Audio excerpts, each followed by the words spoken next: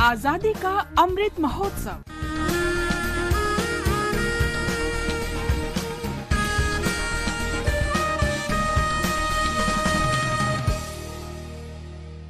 आजादी का सफर आकाशवाणी के साथ। भारताचा स्वातंत्र्य लढा आधुनिक जगातल्या महान लढ्यांपैकी एक आहे।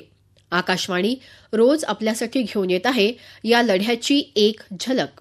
वतन परस्तों की ये बस्ती है। पंजाब केसरी आणि भारताच्या स्वातंत्र्य आंदोलनातल्या आघाडीच्या नेत्यांपैकी एक लाला लजपत राय यांचं आज आपण स्मरण करत आहोत। त्यांचा जन्म 28 जानेवारी 1865 ला पंजाबमधल्या लुधियाना जिल्ह्यात झाला होता। पंजाब केसरी म्हणून लोकप्रिय असलेले लाला लजपत राय लाल बाल पाल या त्रिकुटातले एक होते। या त्रिकुटातले इतर सदस्य बाळ गंगाधर टिळक आणि बिपिनचंद्र पाल हे होते। या तिघांनी 1905 मध्ये बंगालच्या फाळणीनंतर मजबूत राष्ट्रवादाचा पाया रचला आणि स्वदेशी आंदोलन सुरू केलं। या माध्यमातून भारतीय वस्तू, उत्पादनं आणि संस्कृतीला पुनरुज्जीवित करण्याच्या उद्देशानं ब्रिटिश वस्तू आणि सेवांवर बहिष्कार टाकण्यात आला।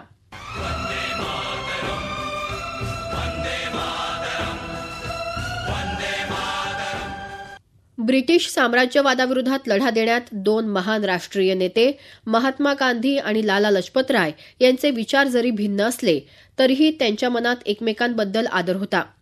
यंग इंडियामध्ये प्रकाशित महात्मा गांधी यांना लिहिलेल्या एका पत्रात लाला लजपत राय यांनी लिहिलं होतं, हालांकि मैं आपकी विचारधारा से पूरी तरह सहमत नहीं हूं, लेकिन मैं आपके निष्कर्षों से काफी हद तक सहमत हूं कि हमें क्या करना चाहिए। इससे पहले मैं भारत में जबरन क्रांति लाने के प्रयासों की निरर्थकता के बारे में अधिक आश्वस्त नहीं था। गुप्त प्रचार और गुप्त समाज का अंत दीर्घ काल में इसमें भाग लेने वालों के नैतिक पतन के रूप में होता है। मेरा मानना है कि कोई भी राष्ट्र स्वतंत्रता का हकदार नहीं है या वो इसे हासिल नहीं कर सकेगा जो इसके लिए मुश्किल स्थितियों को झेलने के लिए तैयार नहीं है। जब मैं ऐसा कहता हूं तो मेरा मतलब स्वतंत्रता की प्राप्ति के लिए कष्ट उठाने से है और इसकी कमी के लिए नहीं है।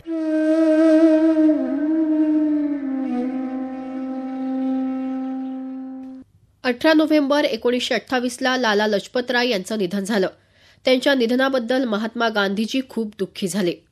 नोव्हेंबर 1928च्या यंग इंडियाच्या आवृत्तीत गांधीजींनी लिहिलं, लालाजी जैसे लोग तब तक नहीं मर सकते जब तक भारतीय आकाश में सूरज चमकता है। लालाजी का मतलब एक संस्था है। युवावस्था से ही उन्होंने अपने देश की सेवा को धर्म बना लिया। उनका राष्ट्रवाद अंतर्राष्ट्रीय था, इसलिए यूरोपीय दिमाग पर उनकी पकड़ थी। यूरोप और अमेरिका में बड़ी संख्या में उनके मित्र थे। वे लालाजी से प्यार करते थे क्योंकि वे उन्हें समझते थे। एक भी जन आंदोलन के बारे में सोचना असंभव है जिसमें लालाजी नहीं पाए गए। सेवा के प्रति उनका प्रेम अतुलनीय था। उन्होंने शैक्षणिक संस्थानों की स्थापना की। उन्होंने वंचित वर्गों से मित्रता की। गरीबी जहां कहीं भी पाई उस ओर ध्यान दिया। वे अपने विचारों की अभिव्यक्ति में निडर थे। उनका जीवन एक खुली किताब थी। उनकी अत्यधिक स्पष्टता अक्सर उनके दोस्तों को शर्मिंदा करती थी और उनके आलोचकों को भ्रमित करती थी, लेकिन वे अपूरणीय थे। अशा या महान देशभक्ताला आणि क्रांतिकारकाला शतशः नमन।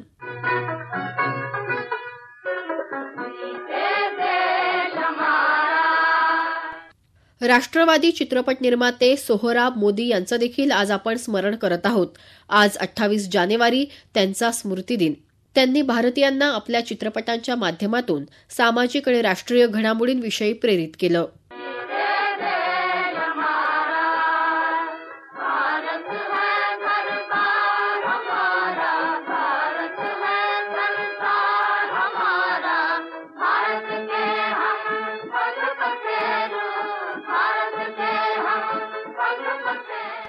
सोहराब मोदी यांनी त्यांचा चित्रपट सिकंदरच्या माध्यमातून देशभक्तीची भावना आणि राष्ट्रीय भावना जागृत केली। हा चित्रपट देशातल्या तणावपूर्ण राजकीय स्थितीवर आधारित होता। जेव्हा दुसरं महायुद्ध सुरू होतं आणि महात्मा गांधीजींच्या सविनय कायदेभंगाच्या माध्यमातून स्वातंत्र्य आंदोलनाला गती मिळाली होती। या चित्रपटाला बॉम्बे सेन्सॉर बोर्डाकडून मान्यता मिळाली होती, मात्र त्यानंतर लष्कराच्या छावणीतल्या काही चित्रपटगृहांमध्ये या चित्रपटावर बंदी घालण्यात आली। सोहराब मोदी यांचं राष्ट्रवादासाठी चित्रपट हे आवाहन उत्कृष्ट आणि थेट होतं। जे वर्षानुवर्षे लोकप्रिय राहिलं. अशा या राष्ट्रवादी चित्रपट निर्मात्याला अभिवादन.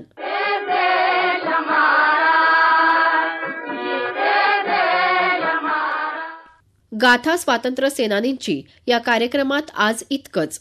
स्वातंत्र्यासाठी लढा दिलेल्या अशाच आणखी काही सेनानींविषयी जाणून घेऊया पुढच्या भागात.